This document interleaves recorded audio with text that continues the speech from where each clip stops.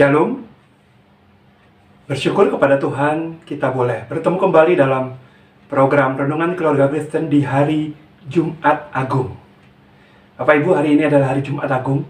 Kita memperingati pengorbanan Kristus Yesus Tuhan di kayu salib.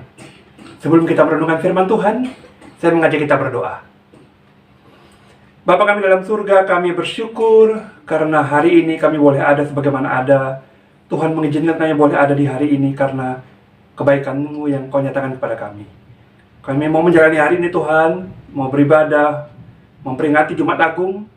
Engkau berkati kami di tempat ibadah kami masing-masing, dimanapun Tuhan percayakan kami beribadah. Tuhan berkati kami. Dan kami juga mau merenungkan firman Tuhan yang akan kami pelajari bersama hari ini.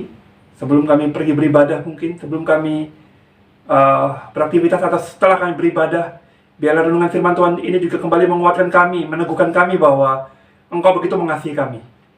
Terima kasih Tuhan Yesus, terima kasih kami berdoa, berbicara kepada kami, agar kami mengerti yang Tuhan mau sampaikan kepada kami. Dalam nama Tuhan Yesus kami berdoa. Amin. Bapak Ibu saudara terkasih, hari ini kita memperingati Jumat Agung. Jumat Agung adalah peristiwa bagaimana Allah Bapa memberikan anaknya Yesus Kristus untuk kita, manusia berdosa. Kita ini manusia yang berdosa. Manusia yang sepantasnya mendapat penghukuman kekal, neraka kekal harusnya kita ini. Tapi dalam Yohanes 3:16 jelas mengatakan, karena begitu besar kasih Allah akan dunia ini sehingga Ia menyerahkan Yesus Kristus pada Jumat Agung ini untuk menjadi tebusan bagi kita, pengganti atas dosa-dosa kita, menggantikan kita yang harusnya dihukum. Yesus dihukum karena kita. Hari ini kita belajar bagaimana sejak semalam, ya, peristiwa bagaimana Yesus mengalami penangkapan setelah di Getsemani, Taman Getsemani. Dia ditangkap, lalu dibawa ke Pilatus, dibawa ke mahkamah agama, dibawa ke Herodes dan sebagainya, dibawa kemana-mana. Akhirnya diputuskan dia disalibkan. Ya, Bapak Ibu, saya mau mengajak begini, merenungkan firman Tuhan begini. Peristiwa Jumat Agung itu adalah peristiwa kasih Allah mendamaikan hubungan antara Bapa, antara Allah dan manusia. Hubungan Allah dan manusia rusak. Ya, rusak total. Semenjak manusia dalam dosa, manusia menjadi pribadi yang jauh dengan Allah, takut bertemu Allah karena dosa. Allah yang kudus yang tidak bisa berdampingan dengan dosa, tidak dapat bertemu dengan dosa, maka terpisah dengan manusia yang berdosa. Proto-Evangelion dalam Kejadian 3:15 jelas mengatakan bahwa akan ada penebus, akan ada keturunan dari Hawa yang akan menebus manusia berdosa, yaitulah Yesus Kristus.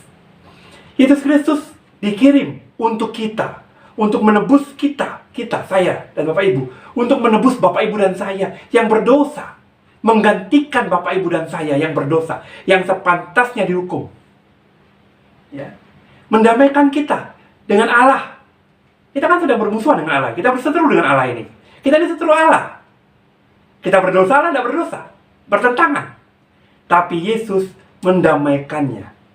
Yesus membebaskan kita punya hubungan yang baik lagi dengan Allah. Kita diperbaiki hubungannya dengan Allah. Ada satu peristiwa yang saya mau soroti pada hari ini, Jumat Agung ini. Mungkin tidak banyak disoroti orang, peristiwa ini. Mungkin orang menyoroti bagaimana penyalipannya, bagaimana penangkapannya, bagaimana penghakimannya, dan sebagainya. Tapi saya mau mengajak kita menyoroti Lukas 23, ayat yang ke-12. Lukas 23, ayat yang ke-12. Di situ, ya, Tuhan Yesus dibawa ke Pilatus, dibawa ke mahkamah agama, dibawa ke Herodes. Tidak ditemukan kesalahan. Yesus dituduh A, B, C, D. Banyak tuduhan-tuduhan dan fitnahan-fitnahan. Ya. Akhirnya, mau tidak mau, karena tuntutan orang Yahudi, ya, menuntut untuk Yesus dihukum. Ya, karena dihukum. Tapi ada di Lukas 23:12 itu. Ternyata peristiwa penangkapan Yesus, penghakiman Yesus, dan menuju pada penyalipan Yesus itu mengakibatkan sebuah perdamaian terjadi. Bukan hanya perdamaian antara manusia, antara Allah dan manusia. Salah menunjuk ya. Allah dan manusia, atas dan bawah, damai, bebas dari batasan dosa. Ya, penghalang kita kan dosa antara manusia dan Allah. Tapi tidak hanya itu, ternyata hubungan dengan sesama pun diperbaiki. Terjadi perdamaian. Herodes dan Pilatus yang sebelumnya bermusuhan menjadi berdamai, menjadi bersahabat, menjadi berkawan. Itu karena peristiwa Yesus Kristus diperiksa, pemeriksaan Yesus Kristus. Saya belum sempat menyelidiki mengapa mereka bermusuhan, tapi saya pikir itu karena hal politik ya. Biasanya hal politik karena Herodes masih di bawah penguasaan ini ya, penguasaan Roma waktu itu ya. Ada satu penguasa Roma yang cukup kuat waktu itu kan. Pilatus kan ini bagian dari kerajaan Roma ya. Dan itu terjadi sebuah perdamaian. Saya melihat di sini, wow, ternyata dalam kisah penangkapan, kisah pemeriksaan dan penyaliban Yesus, terjadi sebuah perdamaian. Tadi kita sudah bicara di atas, bagaimana bukan hanya perdamaian antara Allah dan manusia, tetapi antar sesama pun menjadi damai. Entah disebabkan karena apa, tetapi ada perdamaian yang dihasilkan melalui peristiwa ini. Ternyata Yesus itu pembawa damai. Yesus hadir membawa damai. Yesus hadir membawa damai sejahtera kepada semua orang. Dan Yesus memberikan hidupnya kepada kita untuk menebus kita, menghasilkan pendamaian, menghasilkan kedamaian, menghasilkan damai sejahtera, menghasilkan kedamaian. Damai, kata dasarnya. Tidak lagi ada penghukuman, tidak lagi ada permusuhan, tidak lagi ada perseteruan.